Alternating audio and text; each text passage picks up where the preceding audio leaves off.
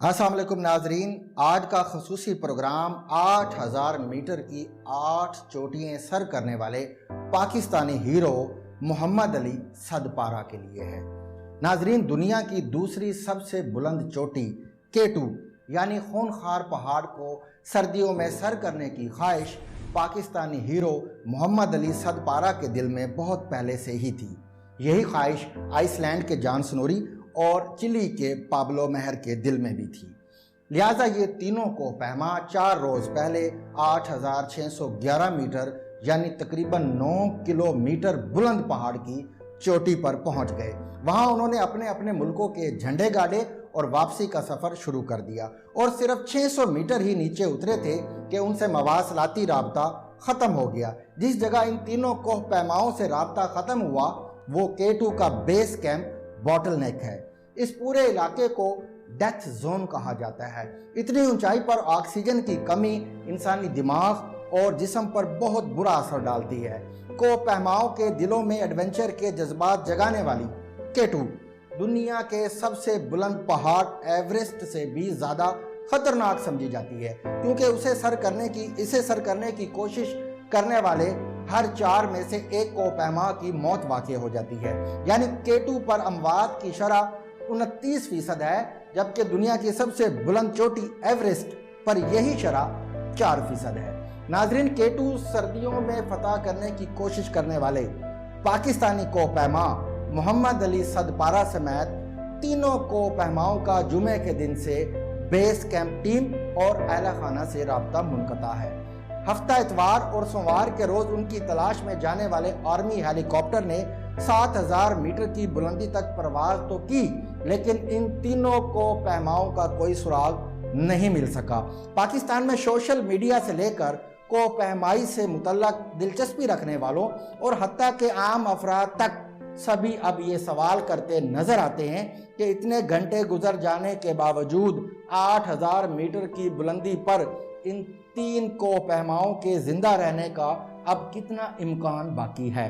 اس سوال کے جواب سے پہلے یہ جاننا ضروری ہے کہ ڈیتھ زون ہوتا کیا ہے اور وہاں انسان کتنے گھنٹے زندہ رہ سکتا ہے، اور اتنی اونچائی پر رہنے سے انسانی دماغ اور جسم پر کیا اثرات پڑتے ہیں۔ ناظرین، طبی ماہرین کے مطابق انسانی جسم سطح سمندر سے 2100 میٹر تک بلندی پر رہنے کے قابل ہوتا ہے۔ اس سے زیادہ بلندی پر انسانی جسم میں آکسیجن کی سیچوریشن تیزی سے کم ہو جاتی ہے اور جسم پر اس کے اثرات رونما ہونا شروع ہو جاتے ہیں۔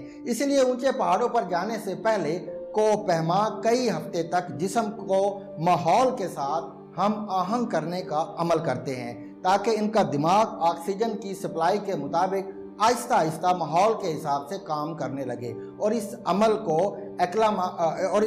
سارے عمل کو ایکلاماٹائزیشن کہا جاتا ہے۔ ماہرین یہ بھی کہتے ہیں کہ K2 جیسے خونخوار پہاڑ پر عموماً کیمپ 1 کے بعد جو 600 میٹر کی بلندی پر ہے، کوہ پیما خطرناک زون میں داخل ہو جاتے ہیں، اور کئی کوہ پیما مختلف بیماریوں کا شکار ہو کر موت کے منہ میں چلے جاتے ہیں، جہاں ہائپوکسیا یعنی آکسیجن کی کمی کی وجہ سے خون گاڑھا ہو کر جمنے لگتا ہے اور فالج کا خطرہ بھی بڑھ جاتا ہے۔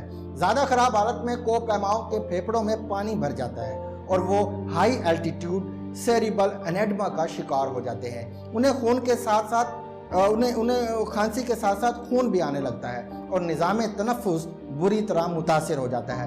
ایسی حالت میں کوہ پیما کا دماغ کام کرنا چھوڑ دیتا ہے، ان میں سوچنے سمجھنے کی صلاحیت ختم ہو جاتی ہے اور انہیں عجیب ہذیانی خیالات بھی آنے لگتے ہیں۔ 8000 میٹر سے شروع ہونے والے ڈیتھ زون یا موت کی گھاٹی میں پہنچ کر چیلنجز میں نمایاں اضافہ ہو جاتا ہے۔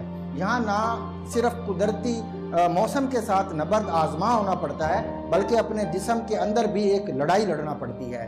ڈیتھ زون میں ایک غلط قدم کا مطلب سیدھا ہزاروں فٹ گہری کھائی یا گلیشیئر میں گر کر موت کو گلے لگانا ہے۔ ڈیتھ زون میں انسانوں کو سانس لینے کے لیے درکار آکسیجن کی کمی سے جہاں الٹیٹیوڈ سکنس کے امکانات بڑھ جاتے ہیں، وہیں تیز ہوائیں بھی جان لیوا ثابت ہوتی ہیں۔ کم درجہ حرارت جسم کے کسی بھی حصے میں فراسٹ بائٹ کا باعث بن سکتا ہے۔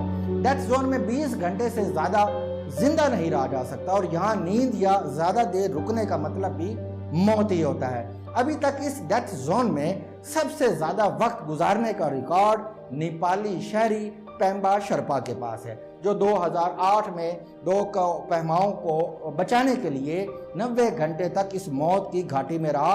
اور جب ان سے پوچھا گیا کہ 2 پہماؤں کو بچانے کے لیے کیوں ڈیتھ زون میں واپس گئے اور کیسے 8000 میٹر سے زیادہ بلندی پر موت کی گھاٹی میں 90 گھنٹے گزارے، تو اس نیپالی کا جواب تھا، میں خوش قسمت تھا۔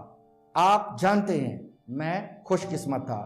شرپا تو یقیناً خوش قسمت تھا، مگر پاکستانی ہیرو محمد علی صدپارہ اور اس کے 2 ساتھی شاید خوش قسمت نہیں تھے، اور اب یہ سمجھ لینا چاہیے کہ یہ خونخوار پہاڑ انہیں نگل چکا ہے۔ اب خوش قسمتی صرف یہ ہے کہ ان کا بیٹا ساجد علی صدپارہ اپنے باپ اور اس کے 2 ساتھیوں کی ڈیڈ باڈیز تلاش کرنے میں کامیاب ہو جائے، جس کے لیے وہ سکردو سے روانہ بھی ہو چکا ہے۔ ہم سب دعا کرتے ہیں کہ اللہ پاک محمد علی صدپارہ کے لیے کوئی معجزے کی سبیل بنا دے، اور اگر ایسا کچھ نہیں ہوتا تو کم از کم اس کی ڈیڈ باڈی ہی مل جائے۔